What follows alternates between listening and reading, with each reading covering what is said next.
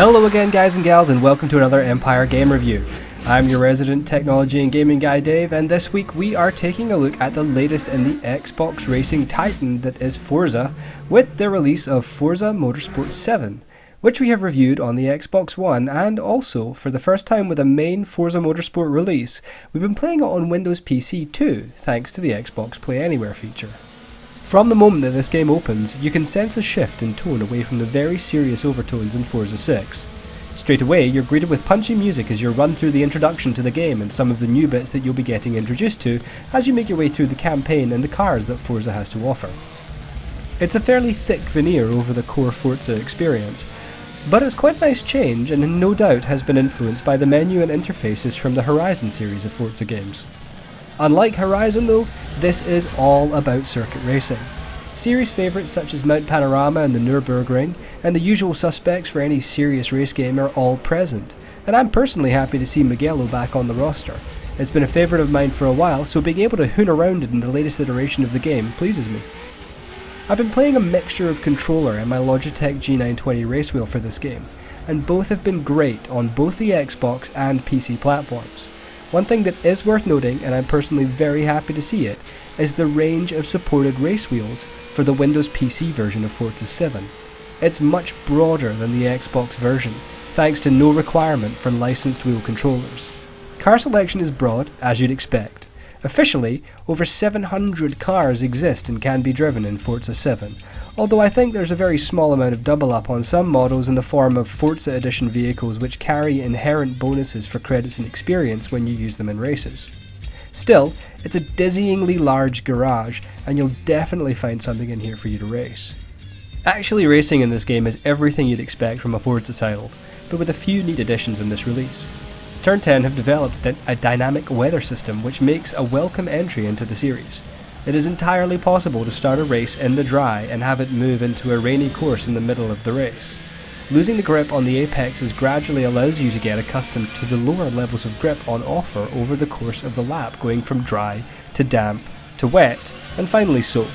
Also, aquaplaning is no longer the death sentence that it was in Forza 6. The effect is suitably subdued instead of careening you off into the nearest Armco barrier.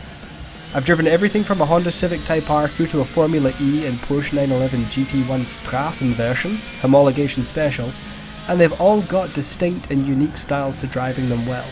And all were equally enjoyable, even if the Formula E was eerily quiet. Actually, now is a good time to talk noise.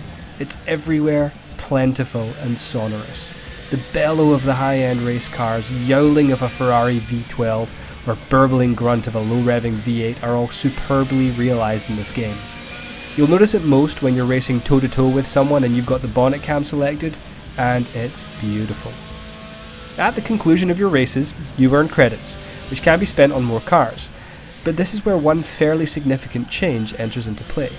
Your selection will be curtailed depending on your car collection level. At first, you'll only be able to buy fairly low-end vehicles, hot hatches, basic model sedans and such. Once you've got enough of them, you'll progress to the next tier of cars and the process begins anew. There's 5 tiers of vehicle, and if you get stuck into the campaign, you'll be pushing 3-4 tiers in short order. There's also some specialist vehicles, which you can unlock in the campaign with specific events, and also, for the first time, you can unlock these specific cars from loot boxes as well. At the time of review, these loot boxes can only be unlocked with in-game currency, but there's been talk of a microtransaction economy based around real money being introduced, which again isn't exactly new in a Forza title. They had tokens which could be purchased with real money in previous games and spent on cars, for example. But the combo of loot crates and real money could be crippling for some people who have to try and fill out their garage with those special edition cars. Now, I've been a fan of Forza since the first one came out in 2005 on the original Xbox. Forza 7 offers the largest selection of tracks, cars, and multiplayer modes of any game, and the new approach to single player and economy is refreshing enough to hold my interest for far longer than it did in Forza 6. For that reason, I am going to give this one an 8.8 out of 10.